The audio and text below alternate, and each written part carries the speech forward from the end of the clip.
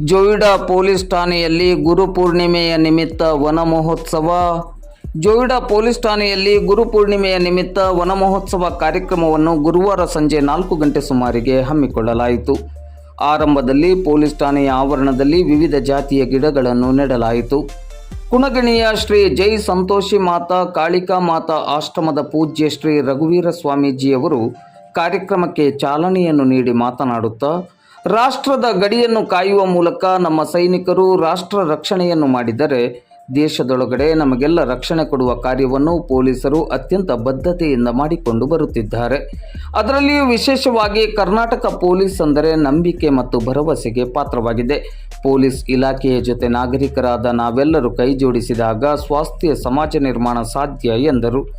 ಇದೇ ಸಂದರ್ಭದಲ್ಲಿ ಗುರುಪೂರ್ಣಿಮೆಯ ನಿಮಿತ್ತ ಜೋಯಿಡಾ ಪೊಲೀಸ್ ಠಾಣೆಯ ವತಿಯಿಂದ PSI ಮಹೇಶ್ ಮಾಳಿಯವರು ಪೂಜ್ಯ ಶ್ರೀ ರಘುವೀರ ಸ್ವಾಮೀಜಿಯವರನ್ನು ಗೌರವಪೂರ್ವಕವಾಗಿ ಸನ್ಮಾನಿಸಿದರು.